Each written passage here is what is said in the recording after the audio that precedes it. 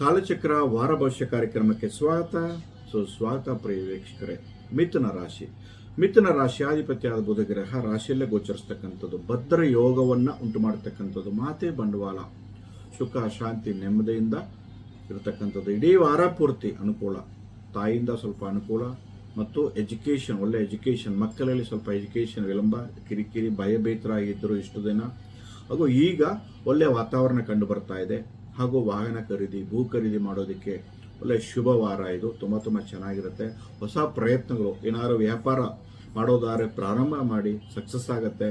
ಹಾಗೂ ನಿಮ್ಮ ಆರೋಗ್ಯ ಕೂಡ ಚೇತರಿಸ್ಕೋಬಹುದು ಖಂಡಿತವಾಗಲೂ ಕೂಡ. ಎಲ್ಲೋ ಒಂದು ಕಡೆ ಗೊಂದಲ, ಕಿರಿಕಿರಿ, ಜನ್ಮ ಗುರುವಿನಿಂದ ಸ್ವಲ್ಪ ಭಯ ಭೀತರಾಗಿದ್ದೀರಾ.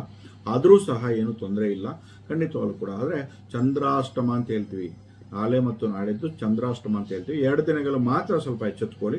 ಉಳಿದ ದಿನಗಳು ಖಂಡಿತವಾಗ್ಲೂ ಕೂಡ ತುಂಬ ಚೆನ್ನಾಗಿದೆ.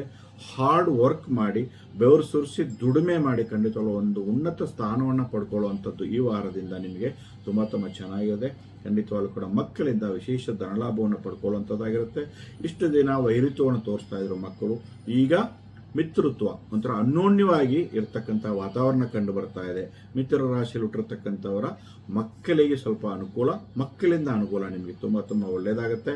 ಮತ್ತು ಧರ್ಮಪತ್ನಿಯಿಂದ ತುಂಬ ಒಳ್ಳೆಯದು. ಸತಿಪತಿ ಅನ್ಯೋನ್ಯ, ಹೆಂಡತಿಯಿಂದ ಒಳ್ಳೆಯ ಲಾಭದಾಯಕ, ಗಂಡನಿಂದ ಕೂಡ ಹೆಚ್ಚು ಲಾಭದಾಯಕ. ಹೆಂಗಸರಾಗಿದ್ದರೆ ಖಂಡಿತವಾಗ್ಲೂ ಕೂಡ ತುಂಬ ಚೆನ್ನಾಗಿದೆ. ವಾಹನ ಖರೀದಿ, ಭೂ ಖರೀದಿ ಮಾಡುವಂಥ ಸಾಧ್ಯತೆಗಳು ಕಂಡು ಬರ್ತಾ ಇದೆ. ಆದರೆ ಸಹೋದರ ಕಲಹ, ಅಣ್ಣ ತಮ್ಮಂದರ ವಿಚಾರದಲ್ಲಿ ಕಿರಿಕಿರಿ, ಹುಷಾರಾಗಿರಬೇಕು. ಮಿಥುನ ರಾಶಿಯಲ್ಲಿ ಹುಟ್ಟಿರ್ತಕ್ಕಂಥವ್ರ ಅಕ್ಕಂದರು, ತಂಗಿಯಂದರು ಆಗಿರಬಹುದು, ಅಣ್ಣ ತಮ್ಮಂದರಾಗಿರಬಹುದು. ಸಹೋದರ ಕಲಹ ಅಂತ, ಅಣ್ಣ ತಮ್ಮಂದರ ವಿಚಾರದಲ್ಲಿ ಏನು ತೊಂದರೆ ಇಲ್ಲ. 3ನೇ ವ್ಯಕ್ತಿಗಳಿಂದ ಅಣ್ಣ ತಮ್ಮಂದರ ಸ್ವಲ್ಪ ಕಲಹ ಆಗುವಂಥ ಸಾಧ್ಯತೆಗಳು ಕಂಡು ಬರ್ತಾ ಇದೆ. ಮಿಥುನ ರಾಶಿಯಲ್ಲಿ ಹುಟ್ಟಿರ್ತಕ್ಕಂಥವ್ರಿಗೆ ಸ್ವಲ್ಪ ಎಚ್ಚೆತ್ಕೋಬೇಕಾಗತ್ತೆ. ನೀವುಗಳು ಪ್ರತಿ ದಿನ ನೀವು ಓಂ ನಮೋ ನಾರಾಯಣ ನಮಃ ಅಂತಕ್ಕಂಥ ಮಂತ್ರ, ಓಂ ಬುಧಾಯ ನಮಃ ಅಂತಕ್ಕಂಥ ಮಂತ್ರಗಳು ಪಠನೆ ಮಾಡ್ಕೊಂಬನ್ನಿ. ಅಥವಾ ಮಹಾವಿಷ್ಣುವಿನ ಆರಾಧನೆ ಮಾಡಿ ಖಂಡಿತವಾಗ್ಲೂ ಕೂಡ ತುಳಸಿ ಸೊಪ್ಪು ಅಥವಾ ತುಳಸಿ ಪುಡಿನ ಸೇವನೆ ಮಾಡ್ಕೊಂಬನ್ನಿ. ತುಳಸಿ ಬೇರನ್ನ ಪರ್ಸಲ್ಲಿ ಇಟ್ಕೊಳ್ಳಿ. ಖಂಡಿತವಾಗ್ಲೂ ಕೂಡ ಈ ಸಮಸ್ಯೆಗಳಿಂದ ನೀವು ದೂರ ಮಾಡ್ಕೋಬಹುದು. ಆದರೆ ಸೋಮವಾರ, ಮಂಗಳವಾರ ತುಂಬ ಎಚ್ಚರಿಕೆಯಿಂದ ಇರಬೇಕಾಗುತ್ತೆ ಚಂದ್ರಾಷ್ಟಮ ಸಂದರ್ಭದಲ್ಲಿ. ನೀವುಗಳು ಪ್ರತಿ ದಿನ ನೀವು ಓಂ ನಮೋ ನಾರಾಯಣ ನಮಃ ಅಂತಕ್ಕಂಥ ಮಂತ್ರ ಅಥವಾ ಮಹಾವಿಷ್ಣು ಆಲಯಕ್ಕೆ ಹೋಗಿ ತೆರಳಿ ತುಳಸಿಯಿಂದ ಅರ್ಚನೆ ಮಾಡ್ಕೊಂಬನ್ನಿ. ತುಳಸಿ ಬೇರುಗಳನ್ನು ಪರ್ಸಲ್ಲಿಟ್ಟು ಇಡೋದ್ರ ಮೂಲಕವಾಗಿ ಬರ್ತಕ್ಕಂಥ ಸಮಸ್ಯೆಗಳನ್ನ ನೀವು ದೂರ ಮಾಡ್ಕೋಬಹುದು. ಇಡೀ ವಾರ ನಿಮಗೆ ಶುಭ ಸಂಖ್ಯೆ 5, 6, 2.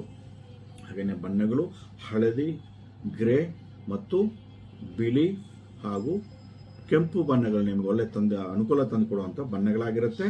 ಶುಭವಾಗಲಿ ಮಿಥುನ ರಾಶಿಯಲ್ಲಿ ಹುಟ್ಟಿರ್ತಕ್ಕಂಥವರಿಗೆ.